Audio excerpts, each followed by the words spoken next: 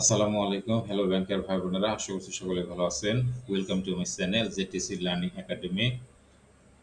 পূর্বের ন্যায় আজকে risk management in financial institutions আর এমএফআই ৫তম ব্যাংকিং প্রফেশনাল এক্সাম এআইবিবি এর একটি ম্যাথ সলিউশন করে দেখাবো।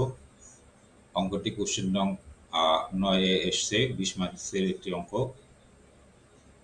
Liquidity coverage ratio, net stable funding ratio, advance to deposit ratio and leverage ratio নির্ণয়ের একটি অঙ্ক। আশা করছি সকলের ভালো লাগবে। সকলকে দেখার জন্য আমন্ত্রণ জানাচ্ছি। আসসালামু আলাইকুম। কোশ্চেন 9, অঙ্কটিতে আমাদের ডেটা দেওয়া আছে। Financial information of ABC bank PLC are as follows. Number 1, total loan and advance দেওয়া আছে ৫,০০০ কোটি টাকা। নাম্বার 2, রিস্ক ওয়েটেড অ্যাসেট দেওয়া আছে ৪,০০০ কোটি টাকা। নাম্বার 3, টায়ার 1 ক্যাপিটাল ৪০০ কোটি টাকা। Number 4, total expected cash outflow over next 30 calendar days দেওয়া আছে ৮০০ কোটি টাকা। Number 5, total expected cash inflow over next 30 calendar days দেওয়া আছে ৫০০ কোটি টাকা। Number 6, total demand and time liability দেওয়া আছে ৫,৫০০ কোটি টাকা। Number 7, stock of high quality liquid asset দেওয়া আছে ৬০০ কোটি টাকা। Number 8, available amount of stable funding দেওয়া আছে ৩,০০০ কোটি টাকা। Number ৯, inter bank deposit surplus দেওয়া আছে ৩০০ কোটি টাকা। Number 10, required amount of stable fund, এটা দেওয়া আছে আমাদের ২,৮০০ কোটি টাকা। এই ডেটাগুলো ব্যবহার করে আমাদেরকে নির্ণয় করতে হবে LCR, I mean liquidity coverage ratio, NSFR, net stable funding ratio, ADR, advance to deposit ratio, আর হচ্ছে লিভারেজ রেশিও। এই চারটি রেশিও আমাদেরকে নির্ণয় করতে হবে। অঙ্কটিতে 3টি রিকোয়ারমেন্ট চাওয়া হয়েছে। Requirement A, calculate LCR, NSFR, ADR and leverage ratio from above information. Requirement B, compare the ratio calculated above within a regulatory threshold and make your comments.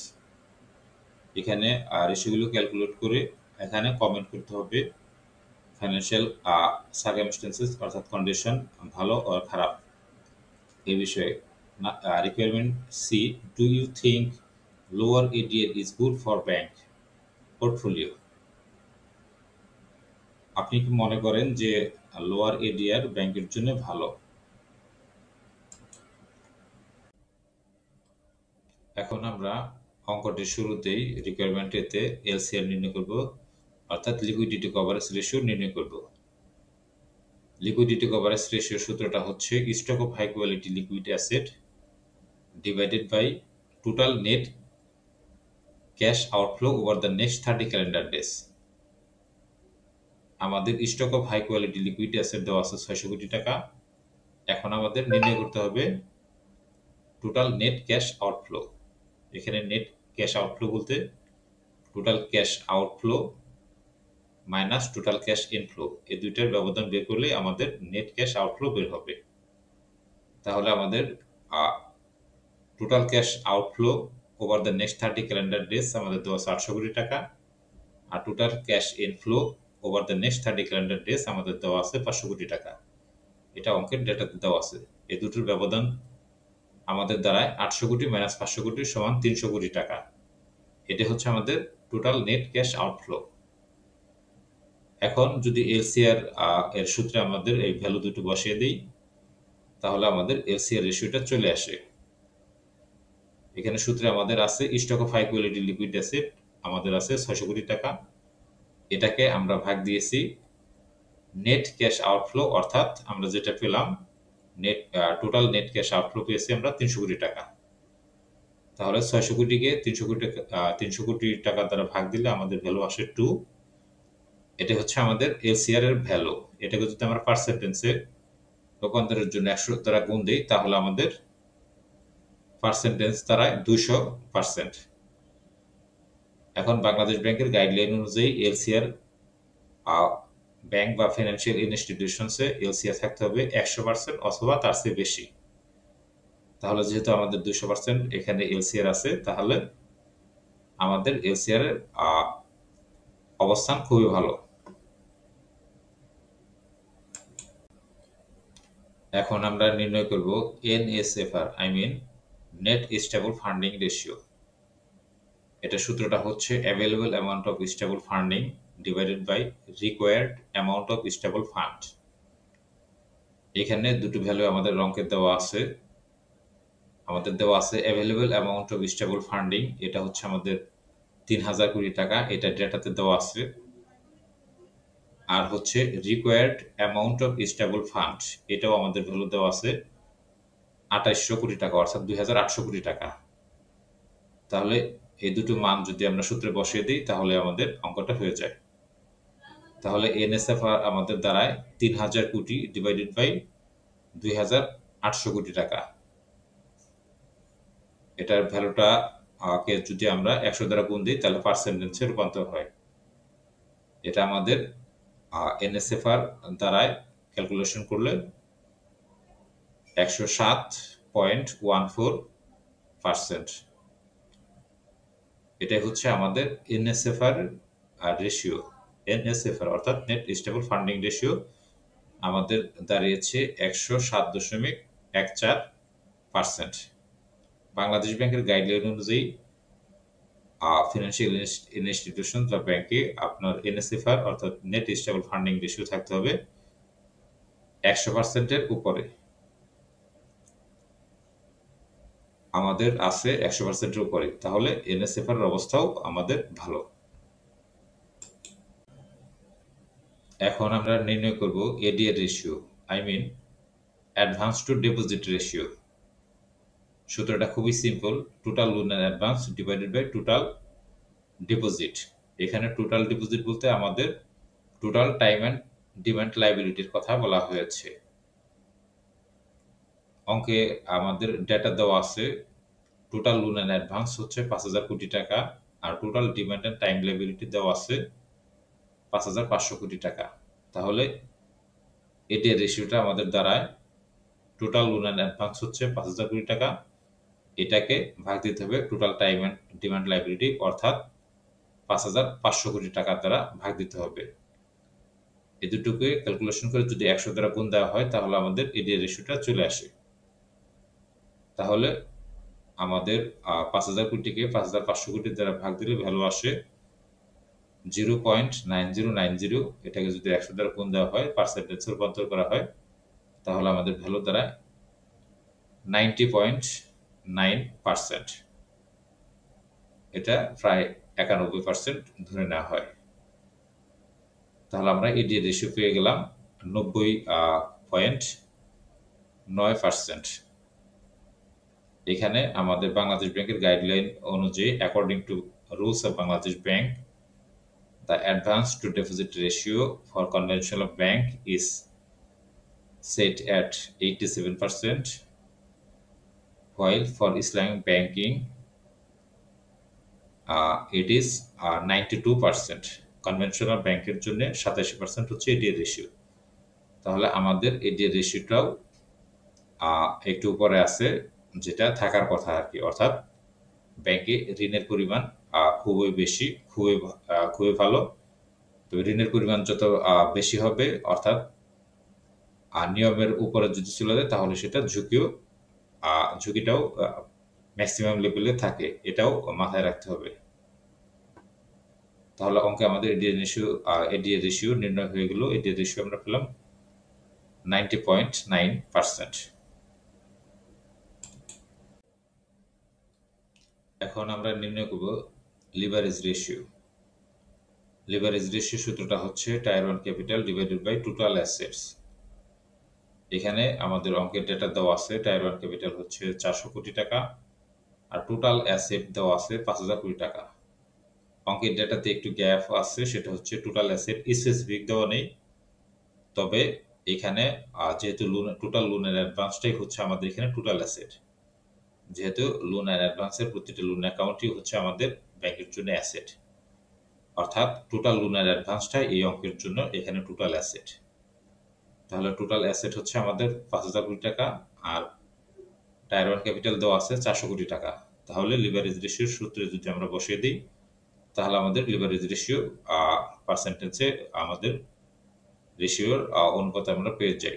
তাহলে লিভারেজ রেশিওর ফর্মুলায় যদি আমরা বসাই, টায়ার ওয়ান ক্যাপিটাল হচ্ছে 400 কোটি টাকা, তাহলে এই 400 কোটি টাকা ভাগ দিতে হবে টোটাল অ্যাসেট অর্থাৎ 5,000 কোটি টাকা দ্বারা। তাহলে আমাদের ভ্যালুটার দ্বারা 400কে 5,000 কোটি টাকা 5,000 দ্বারা ভাগ দিলে আমাদের ভ্যালু দ্বারা 0.08। এটাকে পার্সেন্টেজে রূপান্তরের জন্য 100 দ্বারা গুণ দেওয়া হয়েছে। পার্সেন্টেজে আমরা পেয়েছি লিভারেজ রেশিও 8%। তাহলে লিভারেজ রেশিওর অবস্থা খুবই ভালো। এখন according to Bangladesh bank leverage ratio বর্তমানে হচ্ছে আমাদের 3%। 2026 সাল থেকে এটা 4% হবে। তাহলে আমাদের যেহেতু 8% আছে, অর্থাৎ লিভারেজ রেশিওর অনুপাতটা আমাদের অনেক ভালো রয়েছে। অর্থাৎ এবিসি ব্যাংক এবিসি পিএলসির জন্য লিভারেজ রেশিওটা ভালো আছে। অঙ্কটিতে যেহেতু ক্যালকুলেশন হয়ে গিয়েছে, ক্যালকুলেশনে আমাদের 12 মার্কস, অর্থাৎ 12 মার্কস অ্যান্সার হয়ে গিয়েছে। এখন 9 বিতে রিকোয়ারমেন্টে চাওয়া হয়েছে compare the ratio calculated above with regulatory threshold and make your comments. অর্থাৎ রেশিও যেগুলো আমরা পেলাম সেই সম্পর্কে রেশিওগুলোর অবস্থা বিবেচনা করে এখানে আমাদেরকে সার্বিক আর্থিক অবস্থা বিশ্লেষণ করে এখানে কমেন্টস করতে হবে। এখানে আমরা আমাদের এলসিআর আমরা পেয়েছি 200%, যেটা বাংলাদেশ ব্যাংকের গাইডলাইন অনুযায়ী 100% অথবা তার চেয়ে বেশি থাকার কথা, অর্থাৎ পেয়েছি 200%, খুবই ভালো অবস্থা। এখানে নেট স্টেবল ফান্ডিং রেশিও পেয়েছি আমরা 107.14%। এটা আমাদের থাকতে হবে 100% বা তার বেশি। তাহলে এটাও অবস্থা যেহেতু আমাদের 100% উপর আছে, অর্থাৎ এই রেশিওটার অবস্থাও ভালো। এডিএর রেশিওটা আমাদের থাকার কথা হচ্ছে কনভেনশনাল ব্যাংকের জন্য সর্বোচ্চ 87%, অর্থাৎ এডিএর রেশিওটা আমরা পেয়েছি প্রায় 91%। তাহলে অর্থাৎ এই ব্যাংকটিতে এবিসি ব্যাংক পিএলসিতে ঋণের পরিমাণ খুবই বেশি। ঋণের পরিমাণ যত বেশি হবে আর্নিং তত বেশি হবে, এই দিক দিয়ে খুবই ভালো। তবে যেহেতু এখানে কন্ডিশন ভায়োলেশন করা হয়েছে, কারণ গ্রাহকের রেগুলার পেমেন্টের জন্য লিকুইডিটি থাকতে হবে, লিকুইড অ্যাসেট থাকতে হবে, সেই আইনটাকে এখানে ভঙ্গ করা হয়েছে। অর্থাৎ ব্যাংক ইনকাম যদিও অনেক বেশি, তাহলে তদপেক্ষাও এখানে ঝুঁকিও রয়েছে, অর্থাৎ লিকুইডিটি প্রবলেম দাঁড়াতে পারে এবং গ্রাহক চাহিদা মাত্র ব্যাংক সেই টাকা ফেরত দিতে ব্যর্থ হতে পারে, এরকম একটা ঝুঁকিও রয়েছে। আবার রিকভারি ঝুঁকিও রয়েছে। এরপরে আমরা পেয়েছি লিভারেজ রেশিও, যেটা 3%, বর্তমানে 2026 সাল থেকে হবে 4%। লিভারেজ রেশিওটা আমাদের অনেক বেশি, যেহেতু আমাদের লোন অ্যান্ড অ্যাডভান্সের পরিমাণ বেশি, অর্থাৎ আর্নিংও বেশি। এখন লিভারেজ রেশিওটা যেহেতু আমাদের এখানে খুবই ভালো অবস্থা, তবে সার্বিকভাবে বিশ্লেষণ করে বোঝা যায় যে এবিসি ব্যাংক পিএলসির আর্থিক সক্ষমতা বেশ ভালো, অর্থাৎ ভালো অবস্থানেই রয়েছে। যদিও ব্যাংকটি লিকুইডিটি ঝুঁকি রয়েছে, সেই সাথে ঋণ ঝুঁকি রয়েছে, রিকভারির ঝুঁকি। তারপরে সার্বিকভাবে বলা যায় এটা হচ্ছে ব্যাংকের আর্থিক অবস্থা খুবই ভালো। আশা করছি বুঝতে পেরেছেন। রিকোয়ারমেন্ট সিতে চাওয়া হয়েছে, ডু ইউ থিঙ্ক, তুমি কি মনে করো বা আপনি মনে করেন lower ADR is good for bank portfolio. ADR ratio যদি কম হয় সেটা ব্যাংকের জন্য, ব্যাংকের পোর্টফোলিওর জন্য খুবই ভালো। এই কোশ্চেনটির অ্যান্সার করতে গেলে এখানে আমি অ্যান্সার দিয়ে দিয়েছি no I can not think so, আমি এটা মনে করি না। এটা একটু ব্যাখ্যাটা বুঝতে হবে। লোয়ার এডিও মানে কি, টোটাল এখানে আপনার ব্যাংকের অ্যাফেয়ার্স, অর্থাৎ ব্যালেন্স শিট যেখানে আছে সেখানে আপনার টোটাল ব্যাংকের ডিপোজিট কত সেটা দেওয়া আছে, আর টোটাল আপনি কত ঋণ দিয়েছেন অর্থাৎ লোনের অ্যাডভান্স করেছেন সেটার পরিমাণ আপনার এই সার্বিকভাবে এখানে ব্যাংকের অ্যাফেয়ার্স অর্থাৎ ব্যালেন্স শিটে দেওয়া আছে। ব্যালেন্স শিটে যদি দেখা যায় যে এডি এর রেশিও খুবই কম, অর্থাৎ আপনার 100 কোটি টাকা ধরুন আপনার ডিপোজিট আছে, আপনি ঋণ দিয়েছেন মাত্র 10 কোটি টাকা, তখন আপনার এডি এর রেশিও হচ্ছে 10%। এটা ব্যাংকের জন্য খুবই দুঃখজনক এবং আপনি ব্যাংকের মূল ব্যবসা যেহেতু গ্রাহকের কাছ থেকে কম রেটে ডিপোজিট সংগ্রহ করবেন, আপনি সেই ডিপোজিট আপনি ওভার রেটে অর্থাৎ লোন অ্যান্ড অ্যাডভান্স করবেন, বিনিয়োগ করবেন, অর্থাৎ ব্যবসা আপনি সঠিকভাবে পরিচালনা করবেন। যদি এডিএ রেশিও আপনার কম হয়, তাহলে আপনি আপনার যে মূল ইনকাম, আর্নিং, ইন্টারেস্ট জেনারেট অর্থাৎ রেভিনিউ জেনারেট যেটা করবেন সেটা তো আপনার হচ্ছে না, অর্থাৎ অপটিমাম লেভেলে হচ্ছে না, কাঙ্ক্ষিত মাত্রায় আপনি প্রফিট পাচ্ছেন না। আপনার এখানে ব্যাংকের আপনার ডিপোজিট ধরে রাখার জন্য অপারেটিং কস্ট আছে, ডিপোজিটরদেরকে আপনার ইন্টারেস্ট পে করতে হবে, অর্থাৎ এটা আপনার ব্যাংকের জন্য liability. You are liable to pay in time this type of deposit of customer, অর্থাৎ কাস্টমারের ডিপোজিট যথাসময়ে আপনাকে সুদ এবং আসল সহ ফেরত প্রদান করতে হবে। তাহলে আপনার যদি ইনকাম না থাকে তাহলে আপনি ফেরত দিবেন কোথা থেকে? অর্থাৎ ইনকামের মূল বিষয় যেহেতু লোন অ্যান্ড অ্যাডভান্স, অর্থাৎ সেটা আপনার অপটিমাম লেভেলে থাকতে হবে, কাঙ্ক্ষিত মাত্রায়। কনভেনশনাল ব্যাংকের জন্য আপনি সর্বোচ্চ একটা ব্যাংকের 100 টাকা ঋণ থাকলে আপনি 87 টাকা ঋণ প্রদান করতে পারবেন। 87 টাকা আপনি ঋণ না দেন, কমপক্ষে 50 থেকে 75 বা 80% ঋণ আপনি দেন, তাহলে আপনার ঋণটাকে বলা যাবে আপনি অপটিমাম লেভেলে আছে। অর্থাৎ আপনার যদি 100 কোটি টাকার ডিপোজিট থাকে, আপনি সেখানে 50 থেকে 80 কোটি টাকা আপনি ঋণ প্রদান করেন, তাহলে আপনার এটা আপনিও সেফ, ব্যাংকও সেফ, ইনকামও জেনারেট হবে, আপনার অপারেটিং কস্ট, অ্যাডমিনিস্ট্রেটিভ কস্ট, সকল খরচ সহ আপনি কভার করতে পারবেন। তাহলে এটা এডি এর রেশিও যদি লোয়ার হয়, তাহলে কিন্তু আপনি যুগের মধ্যে রয়েছেন। আপনি আপনার অ্যাক্সেস ক্যাশ ফ্লো হবে, অর্থাৎ আপনি ওভার লিকুইডিটির মধ্যে থাকবেন, তখন আপনার অলস টাকার পরিমাণ বেড়ে যাবে। অলস টাকার পরিমাণ যদি দিন দিন বেড়ে যায়, তাহলে এটা আপনার জন্য ঝুঁকি। কারণ হচ্ছে আপনাকে ইন্টারেস্ট প্রদান করতে হবে গ্রাহকদেরকে। এই জন্য আপনাকে সঠিকভাবে ডিপোজিট এবং ঋণ এটাকে সঠিকভাবে নিয়ন্ত্রণ করতে হবে, অর্থাৎ ঋণও প্রদান করতে হবে সেটা অপটিমাম লেভেলে। আবার যদি অত্যধিক ঋণ প্রদান করেন, তাহলে লিকুইডিটি ক্রাইসিসে পড়তে পারেন, কারণ গ্রাহকের চাহিদা মাত্র আপনি টাকা দিতে বাধ্য থাকবেন সুদ সহ আসল। অর্থাৎ দৈনন্দিন কার্য পরিচালনার জন্য আপনাকে ক্যাশ সংকুলান থাকতে হবে, অর্থাৎ ক্যাশ পেমেন্ট প্রদানের মতো আপনাকে ক্যাশ সংরক্ষণ করতে হবে। আশা করছি সার্বিক বিষয় বুঝতে পেরেছেন। আপনাকে এই এডি এর রেশিওটা থাকতে হবে একটা অপটিমাম লেভেলে, অর্থাৎ আপনি 100 টাকা 100 টাকা ঋণ দিয়ে দিবেন, সেটা দেওয়া যাবে না। আবার 100 টাকা 20 টাকা ঋণ দিয়েছেন, 10 টাকা ঋণ দিয়েছেন, সেটাও কিন্তু করা যাবে না। অর্থাৎ একটা অপটিমাম লেভেলে আপনাকে এই ঋণটাকে রাখতে হবে, অর্থাৎ ঋণ প্রদান করবেন, ঋণ প্রদান করলে আপনার ইনকাম জেনারেট হবে, সেই সাথে আপনার রিকভারি টিম শক্তিশালী থাকতে হবে, যাতে ঋণ ক্লাসিফাইড না হয়ে যায়, দীর্ঘদিনের জন্য ঋণ আটকে না যায়, ঋণটা যেন খেলাপি ঋণে পরিণত না হয়, সেদিকেও লক্ষ্য রাখতে হবে। আশা করছি সার্বিক দিক বিশ্লেষণ করে বলা যায় যে লোয়ার এডিআর রেশিও ব্যাংকের জন্য এটা সন্তোষজনক না বা ভালো নয়, এটা থাকতে হবে অপটিমাম লেভেলে। I think you are understood about my issues. Thanks a lot.